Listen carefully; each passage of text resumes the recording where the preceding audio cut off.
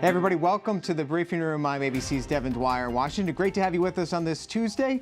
Mary Alice Parks, our deputy political director, is here. Believe it or not, we are 70 days from the first Democratic primary debate. Mary Alice, how many days until the first votes are cast? Oh, man. Come on, Pop quiz. deputy political director. I did the math. 293 days. We are just over a year away from those Iowa caucuses, so just under a year away from the Iowa caucuses. So very exciting. 18 candidates in the field. But I think you're right to highlight that first Democratic debate, because we have been talking about how they're all out there already barnstorming the early states, but that first debate is going to be a major reset, and you can feel the campaigns ticking down towards that sort of presidential moment when they're up there behind a podium next to their competitors. And we're just about done with the announcement season of this campaign. We're waiting for Joe Biden, maybe a couple others, but the field is pretty much set. You can feel the excitement out in Iowa. Our team is there. We want to start today here in the briefing room by checking in from our Road Warriors, our new team of Road Warriors. We want to bring into the conversation Justin Gomez, who covers Cory Booker. He's out in Iowa today. Chris Donato, you see him there. He's on the road as well in Iowa, tracking Pete Budaj. Guys, great to see you out there in the early days. Chris, want to start with you. Budaj is on a bit of a riding a bit of a wave headed into the Easter weekend. What's he up to today out in Iowa?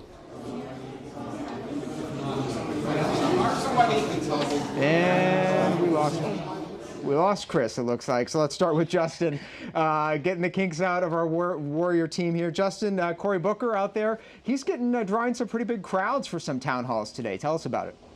He is. This is his second town hall of the day. Right now we're in Carroll, Iowa.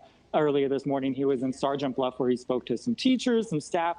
That conversation really focused mainly around education. One teacher asked how she would deal if marijuana did become legal across the U.S., how it would affect maybe some of her students, maybe that are seniors in high school. So he just said that he was for states making that legal at their level, not necessarily federal. He said maybe have each state pass that. But he really also pushed for universal pre-K and paid family leave. He also is getting very personal with these voters. He's saying that he's just kind of really becoming the Cory Booker that people that I've spoken to said that they know him to be very personable and that you can just talk to him. So he's really connecting here with voters in Iowa. And how much, Justin, has the conversation been about what's going on here in Washington? Have there been any questions about his tax returns, which Cory Booker has not released yet? Or how about that Mueller report that we're expecting? Yeah, yesterday he was asked about his tax returns, if he will release them. His answer is still very soon. He's not giving a definitive timeline or a date as to when those will come. I asked him this morning what he's expecting out of the Mueller report, out of William Barr's redacted version of the Mueller report. And he said that he still wants to see the full unredacted version, that a redacted version will not be enough for him. All right, and before we let you go, Justin, this is your briefing room debut. We'll be seeing much more of you throughout this campaign season. Great to have you there. What's your favorite thing about Iowa so far? I was actually driving here. It was about an hour and a half to Carroll, and some of the coolest things are the size of the hills that you drive through. You can go up and down those things, and you're almost at eye level with some of the windmills that are here, some of the wind turbines. So that was really cool. All right, our newly minted political reporter Justin Gomez for us out in Iowa on the trail with Cory Booker. Justin, thanks so much. And Mary Alice, it's the season for these guys getting their legs. You've just helped launch this large team of embeds. We'll get to Chris in just a second, tracking Pete Budaj, but so much energy out there from these new reporters. And so much data just this week. We've seen all of these candidates release their tax returns. Bernie Sanders, fundraising as well. That's what I was going to say. Bernie Sanders and Beto O'Rourke and Kamala Harris all dumping years worth of tax returns. But in addition to that, you're exactly right. The first quarter of fundraising numbers now out. And that's just a treasure trove of information about these campaigns. Who are their donors?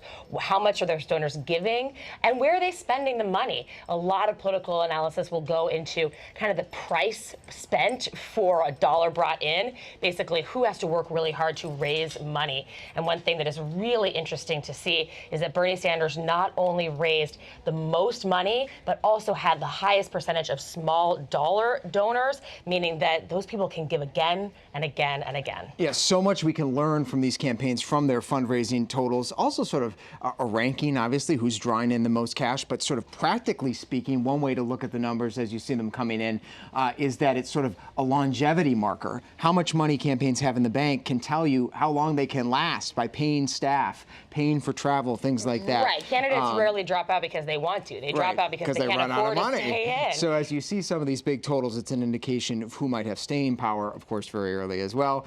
All right, Chris Donato is finally with us here. He's on Pete Buttigieg's trail in Iowa. Chris, we finally got you back. What's the mayor up to today?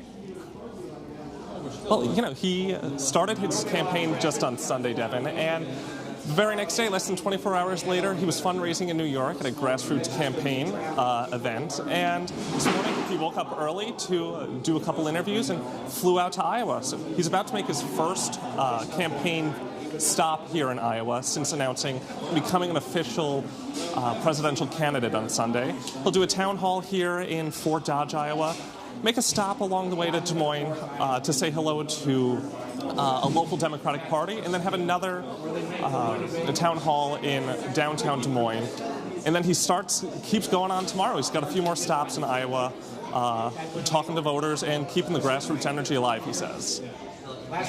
And Chris, there's been this new round of headlines around the idea of a possible baby. Pete Buttigieg talking about wanting to have a child. Tell us, what has he been saying about it? Yeah, so it all started last night, Mary Alice. He was questioned. He took questions by people in the audience last night. His husband was on stage reading the questions aloud to him. And one of the questions centered around what his plan is for maternity leave and paid family leave. And, you know, he made a little headline there by saying, you know, we're hoping to have a little one soon. And you know, that has just kept going and snowballing. About 2 hours later, he was asked about it on cable news, asked, are you thinking of having a child? And he said, yes, you know, I think my husband would be an amazing father. I think I might be too. But you know, my presidential campaign, he said, has kind of slowed that process down. And then again this morning, he woke up, and one of the first things he was asked again was, are you thinking of having a child? And he said, absolutely.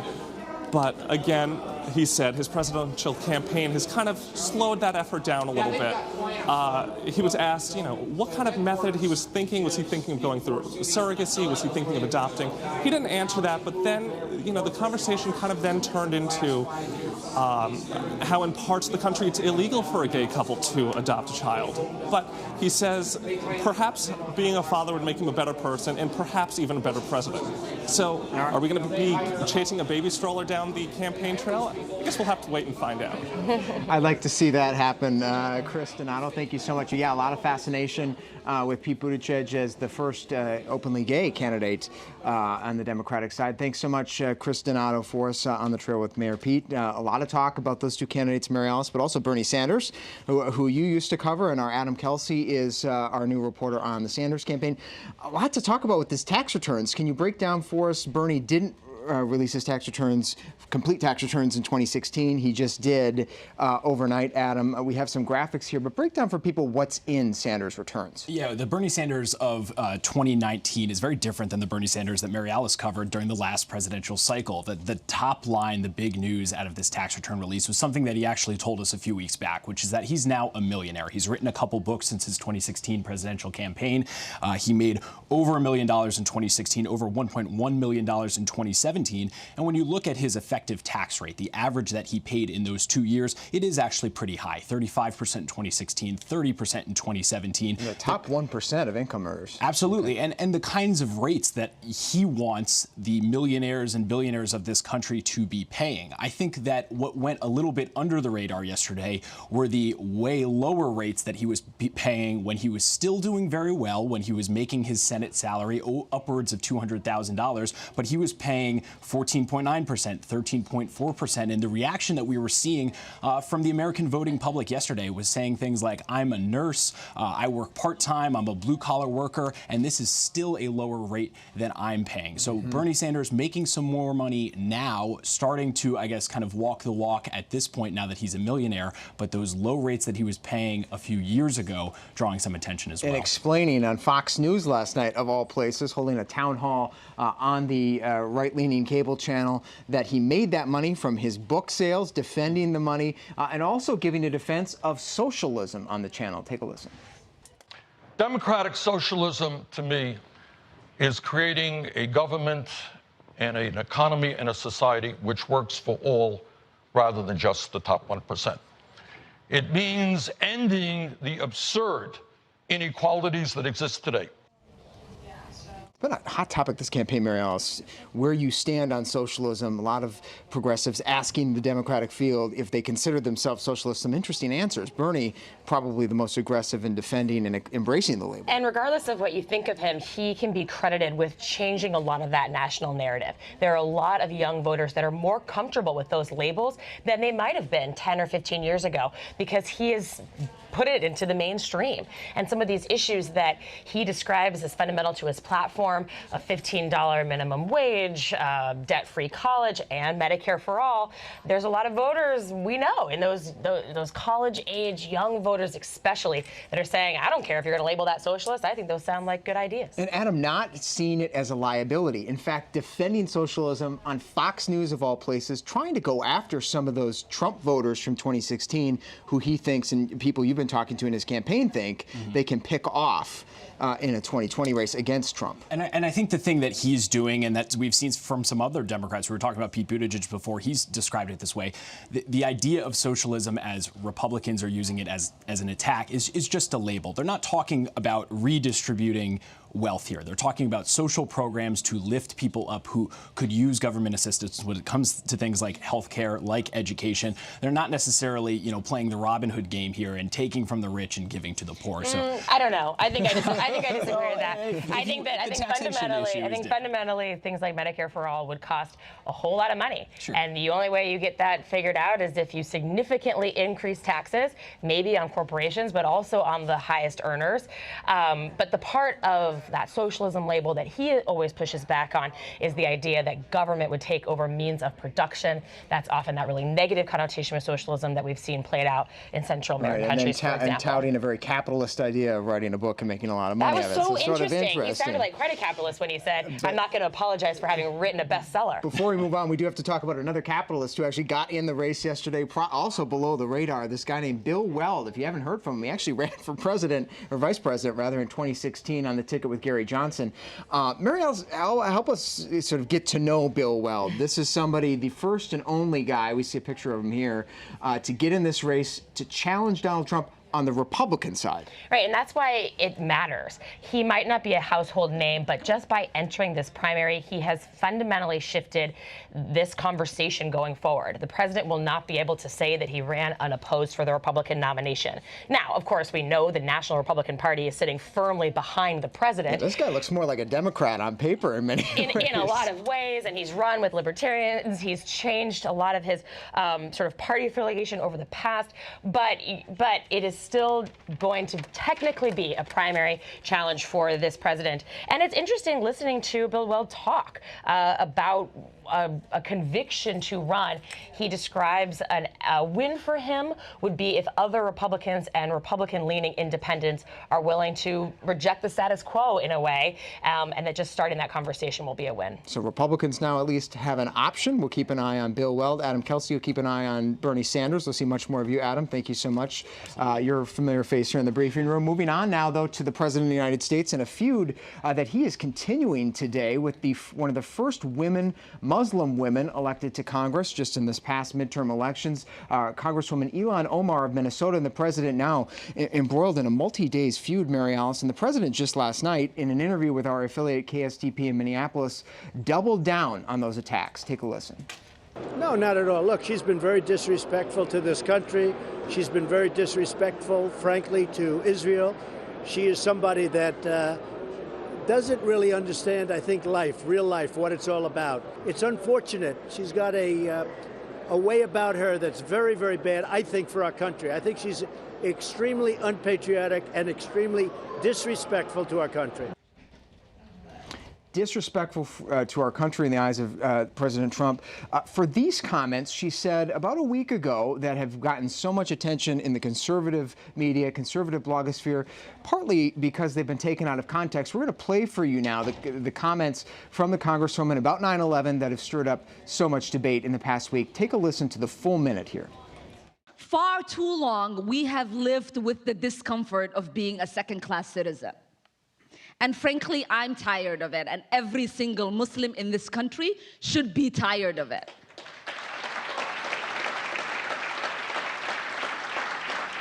CARE was founded after 9/11 because they recognized that some people did something and that all of us were starting to lose access to our civil liberties. So you can't just say that today someone is looking at me strange, that I am going to try to make myself look pleasant. You have to say, this person is looking at me strange, I am not comfortable with it, I am going to go talk to them and ask them why. Because that is a right you have.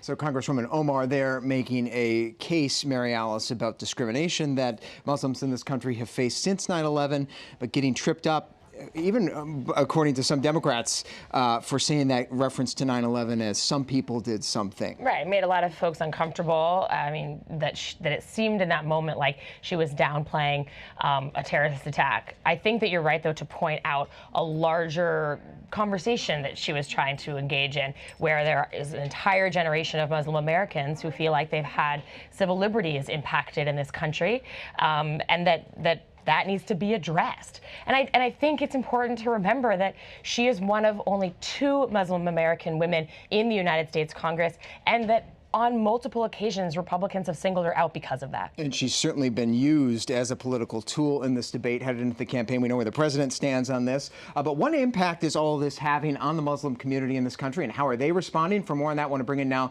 Mohammed Ahmed. He is the founder and executive director of a cartoon series called Average Muhammad. He is also a Republican and a Bush Foundation fellow, lives in Minnesota in Congresswoman Omar's district, crossed the line to vote for her in 2018. Mohammed, thank you so much for joining us by Skype. It's great to see you. I want to start with asking you to respond to the president's criticism of your Congresswoman that she is un-American for her recent comments. Where do you fall on that? Well, for us Muslims, Islamophobia and racism has been a reality.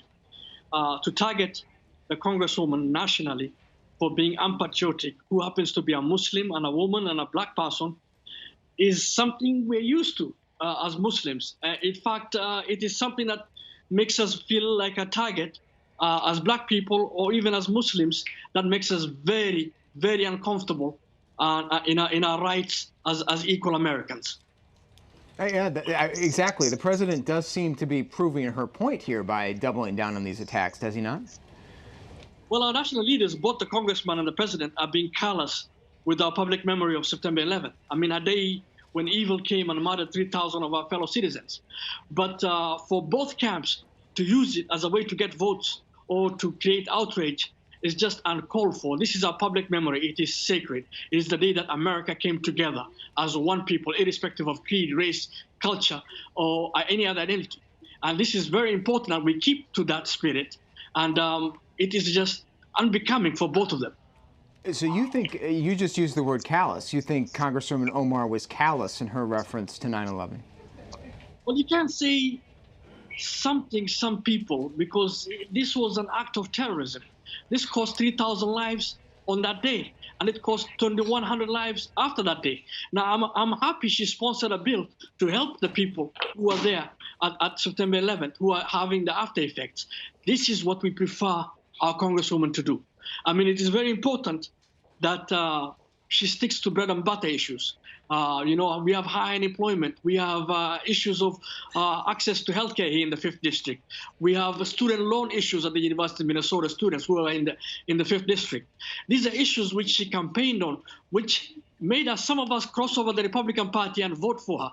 Plus, she's a symbol, the thing that can happen in America, a refugee. How on that very point, Mohammed, how damaging is it to your community, or how frustrating is it to your community to hear the president go after her, this symbol, in this way? Well, the Muslim community is facing a backlash of Islamophobia. That is just a fact. And this has been trumpeted by media, politicians, and social media virals. And basically what it has forced us to do as Muslims is to rally to her. What it has done is basically now she's raising more money because Muslims all across the country are raising money for her, because we can, each of us, imagine being in that situation where our patriotism was questioned, whether we are questioned whether we are Americans, whether it's getting on a flight and being put on the last passenger at the last minute until you get an approval from someone else who you don't know about for whatever reason they have. I mean, we suffer some slight indignities, and this issue just galvanizes people to rally to her.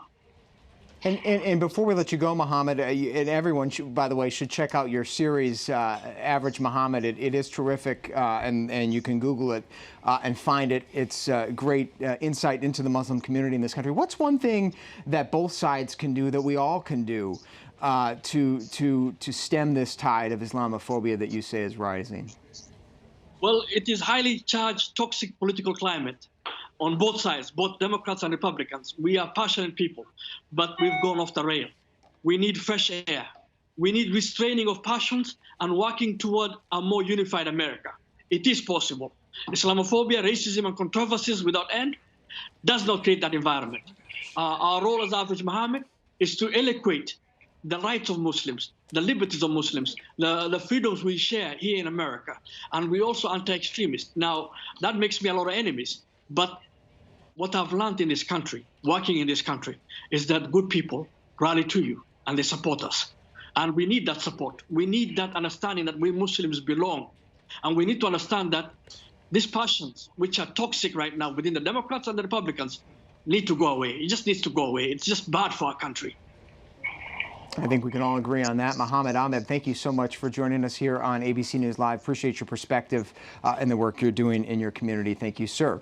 Shifting gears now, Mary Alice, to sort of a different topic here in town. It's that time of year when wounded warriors from all across the country converge on Washington, D.C. just around Easter time for the annual celebration of the Wounded Warrior Ride. It's a great event, bringing together service members. We both have them in our family and know them. It's great to see those tributes pouring in, and they will get to meet President Trump a little later this week. I want to bring in our Erica King, our reporter here on ABC News Live, who spent the day out with some of the organizers and meeting with some of those folks. Erica, who did you meet out there? So I met two great men, one who's a service member of the Navy and one who was a 11-year Army veteran.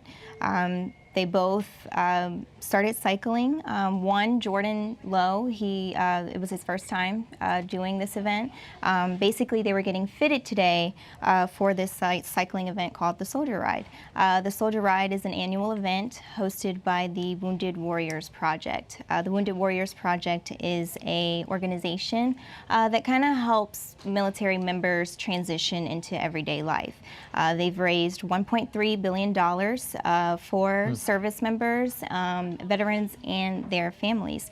So they were doing that today. Great stuff, both for physical wounds and emotional wounds. Absolutely. You caught up with some of them and put together a nice piece. Let's meet some of these fellows participating in the ride. Was introduced to Soldier Ride in 2011, and it quite literally saved my life. I was in the Army for 11 years and wounded in Iraq in 2006.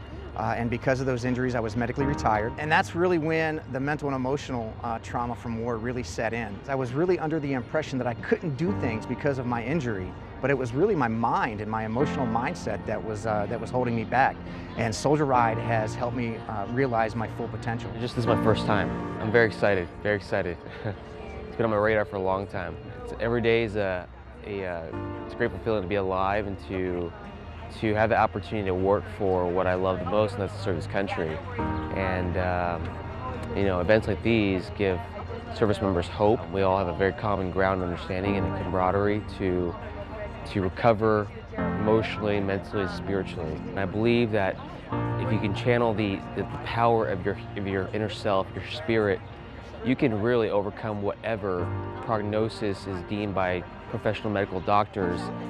And if you have that hope and the inner spirit to work and to get better, you can overcome anything. Really neat to see that. Very nicely done. Thank you. So when are they riding? They are gearing up to ride tomorrow. Okay. They're doing a 15 to 20 mile excursion. I know. Oh my gosh. So they were getting fitted today to find, equipment that is suitable to make them feel comfortable for this journey. And the two characters we met in your piece was so fascinating. And a reminder, Mary Alice, always that our veterans, the wounded veterans, physically wounded, but also so many of them also have unseen, invisible wounds. Exactly, invisible wounds. I think that's so important to remember. It's hard sometimes for those veterans to talk about it, and so we have to keep talking about it to make sure that people don't feel alone. And one of the veterans, great reasons, the vet, And both veterans that I spoke to today suffered with PTSD and depression. Important reminder. Thank you so much, Erica, for bringing us that story. It was terrific, and of course, we'll keep an eye on them when they go to meet the Trumps at the White House on Thursday. Another individual who will be meeting the Trumps in short order, Tiger Woods. You're a golfer. We've established that here on the show before. If you missed the Masters on Sunday, bummer by if you now did. you have no doubt seen this clip of Tiger Woods winning his 5th Masters, 15th major. Huge comeback, great story. Well, the president tweeted late yesterday, you may have missed it, that he is now awarding Tiger Woods the Presidential Medal of Freedom. That's the highest civilian honor in this country, so he will be at the White House in short order. Of course, we know, Mary Alice, he golfs with President Trump down there at Mar-a-Lago from time to time. But also this feels really fitting and well-deserved. I mean, someone that has just changed the entire game, that has inspired generations, and I mean, a lifetime of a career, a career that spanned clearly a decade, more than a decade, so feels like an honor well-deserved. Exactly. We'll be back here tomorrow in the briefing room, 3:30 Eastern Time. Great to have Mary Alice, as always, and the entire team out on the road. Thanks for bearing with us today. I'm Devin Dwyer in Washington. We'll see you next time.